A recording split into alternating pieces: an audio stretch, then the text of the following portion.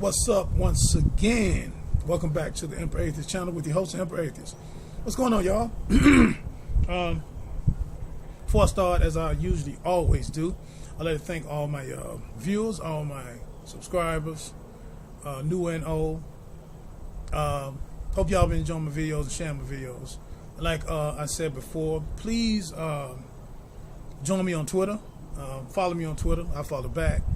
And hit my Facebook up if y'all want to. I don't be on Facebook a lot like I used to. Facebook is like, I don't know, man. Facebook has turned into like just a den of unintelligibles. But it's still fun, you know. But yeah, hit me up on my Facebook, man. We still got some good groups on Facebook that we deal with. Follow my website. I got my web page up. And hit me up on my Patreon as well, man. Become a patron to the Emperor Atheist channel, man. But this particular video is about ghosts and goblins. Interpreted, we can reinterpret it as angels and demons. Now we know that most people, especially in America, from religious influence, believes in angels because of the Bible and demons. You know, I've made videos about the mythical origins of Satan, and if for those who haven't went and actually saw that video, I would like for y'all to just actually go back and view that video. Matter of fact, I said I was going to make a part 2 to that because I really do need to make a part 2 to my my mythical Satan origins video. I really do need to make a part 2 to that. But if you haven't viewed that particular video, please go back and view it. Yeah, I do need to make a part 2 to that. But once again, this particular video is on angels and demons. And what is the validity of angels and demons? Well, okay, I'm an atheist. Of course, I don't think there's no damn validity to some angels and demons. Because angels and demons are basically predicated because of the existence of some God. So we reject God. So of course we reject angels and demons. But, just hypothetically speaking, where do angels and demons fit in with reality and life in this world? Are there actually angels and demons walking around?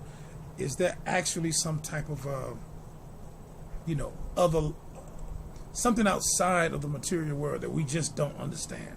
Is there actually people or angels, something sent by God to watch over you, or demons that make you do things? Well, the short answer to that is hell no. But we're gonna go through it anyway. Now, this is something that a lot of people don't understand, and I'm going to go on the Bible first, and then I'll talk about the jinns and all this stuff with Islam. Actually, I have a video about Islam coming up as far as their beliefs on jinn. They say the jinn is a whole nother different race, a race, you know, that lives in the metaphysical realm with ghosts and goblins and fairies and everything else. But I'm going to do a video on that soon too. But let's talk about angels and demons. First thing I want to talk about is the original Hebrew Bible. Since I do have a very, very extensive background on biblical studies, hermeneutics, interpretation, on the Hebrew language, one thing I know for a fact, when you talk about terms like angels and demons, in the entire Hebrew Bible, or what the Jews call the Tanakh, you never see the word demon nowhere in the Old Testament. Now, I want to express this now because of what I'm going to say later. Now, when we get to the term angel, or in Hebrew, the term angel is called melech. Just like in Arabic, you go to Quran, it's malik. You know what I mean? Maliki yom medin, as they say. You know, same to the same word because Arabic and Hebrew are sister languages. But in the Hebrew, it's melech. And in this particular term does not mean angel. This Hebrew term does not mean angel in any way. It simply means messenger. Now, there are certain instances, very few instances in the Tanakh or in the Old Testament, as Christians call it, very few instances where this term melech is referred to as messengers of Yahweh or Yahweh Elohim. But most of the time, the term melech is just referred to as men, human messengers. For the Melech of Dawood, or messengers of David, for example, the messengers of Solomon, King Solomon. So the term angel is nowhere in the Tanakh or the Old Testament or the Old Text. So where did it come from? And once again, the term demon is nowhere in it at all, period. You do have instances where some of the so-called melech of Yahweh would act out and do what we would call a malevolent thing, but they're not called demons. Okay?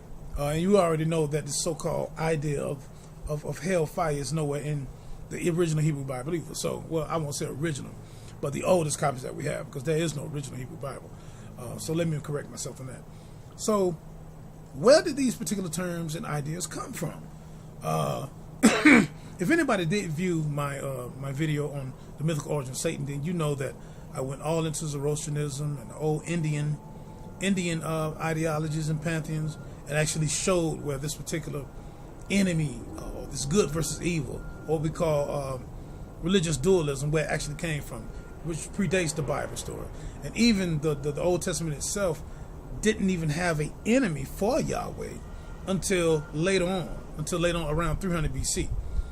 Well, this is the same thing that's happened here. When you look at the terms of angels and demons and how people believe in these particular things, when you get to the New Testament, which is basically the Hellenistic era of Grecian thought, more Grecian thought, Grecian type ideas and ideologies of religion is coming on strong now.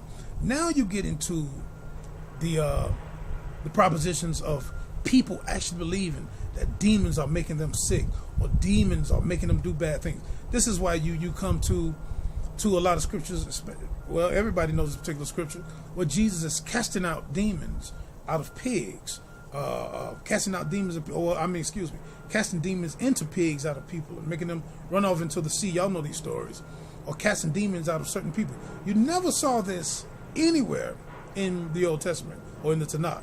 But when we get to the New Testament, which is 400 or 500 years, of course, later than the Old Testament scripts, now we're into this Greek period. Okay, we're out of the Babylonian captivity era.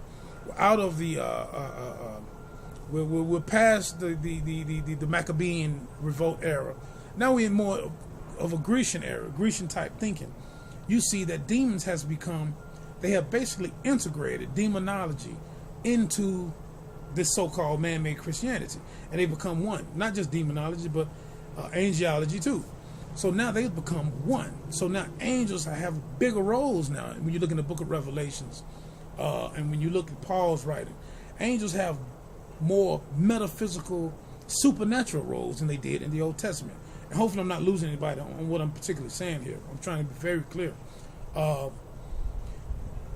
Basically it's simple. In the later times, during the New Testament time, when the New Testament was written, these authors put these Hellenistic demonology ideas and angelology ideas into the New Testament. And this is why you see Jesus casting out demons, and you see the Catholic Church hundreds and thousands of years later still doing the same thing, so-called exorcisms and bullshit like this. But now, this is something that has to be understood here. When you talk about exorcisms, and I'm going to leave a lot of links in here. Of course, science straight disregards it because it's BS, it's crap. But how did it keep going, and why we don't see actual demons or angels, or why we don't see people actually being possessed with these things? It's a guy named Michael Cuneo. He wrote a book. Matter of fact, I had the book pulled up because I just read the book. I'd never even heard of the guy. I just read the book though, and somebody told me to read this book a couple of weeks ago, and I actually read it online. It's called American Exorcism: Expelling Demons in the Land of Plenty.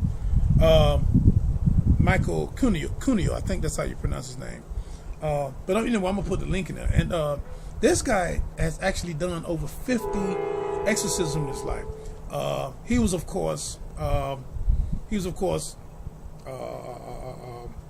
got into it because of movies like Exorcism and William Blady, who actually came up with the movie Exorcism and all the different movies and all this, how Hollywood blew it up. So he said this is what got him into doing it. This is what started him into actually being interested in exorcism, because he actually believed it. And he said, but once he started investigating and actually going to real exorcism, he said that he found it to be really phony and fake. He said he saw nobody levitating out of beds, or throwing up, or talking with different voices. He said he saw no head spinning around. He said all of this was seemed to be just phony, fake. He said that the only thing that he particularly saw in every last one of these exorcisms were just people who were psychologically sick. He said these people just stole off. He said in the church, basically Catholic Church, have been taking basically advantage of this. He said he saw no evidence or anything like Hollywood have shown, of course. We know Hollywood gonna blow it up. But I mean, to me, the Bible and the Quran, all that's Hollywood too. I think those are the first Hollywood scripts ever written, so I'm not gonna blame Hollywood here. But basically, Michael Cuneo is saying that it's phony, it's not real. He said he see nothing close to what you could possibly say is something outside of our realm that's affecting humans. He said it's just not real, it's phony. And there's other experts. I'm going to leave these links to show how these things are phony. And basically, this is something that we should probably ask ourselves. If Jesus was casting out demons in the New Testament, right? And we know what Jesus said in Matthew and Mark and Luke. He said that those who believe in him, have faith in him, say they will be doing these things and greater. But why you don't see people actually casting demons out when you know that these are demons being cast out? Why you don't actually see this? Why you don't see people, and I've always asked this question, you see nobody walking around who claiming to believe in Jesus today in 2018. You see no one around here, or 2017, 16, or any other time. It got to be 2018.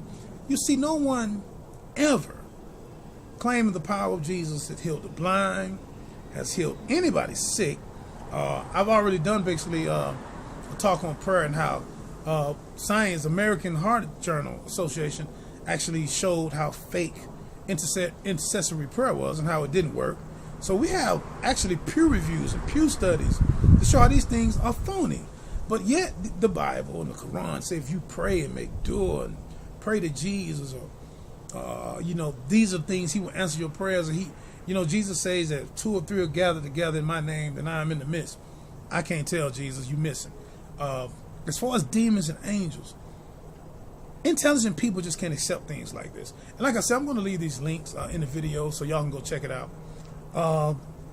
And I'm basically talking to my theist people here, my theist subscribers. Man, y'all just can't keep believing in stuff like this.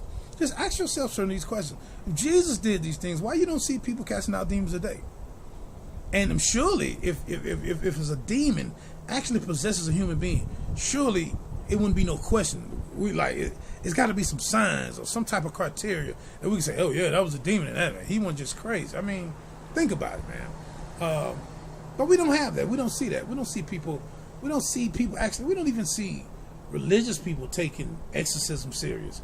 You still see the Catholic Church doing it here or there, but you barely know that. You barely know about Catholic priests and stuff doing stuff like this because it's not something that not even theists don't even take it serious. Y'all don't even believe it. So I mean, come on, man. Nobody casts out demons but Christians. You don't see Muslims doing it or Hindus. I guess demons only get in Christian people or Catholics. I think about it. It just don't make no sense. But just ask yourself that particular question. Why is it just the Catholics who actually getting these exorcisms, or Christians, period? Think about that. Nobody else getting them. You don't hear about Buddhists. You don't hear about Buddhists going around have to worry about no demons jumping in them. If a demon gonna jump at somebody, why he won't just jump into everybody? Why would he just pick somebody who believe in Jesus' mother being God? I mean, that makes sense. I hope that makes some sense with that.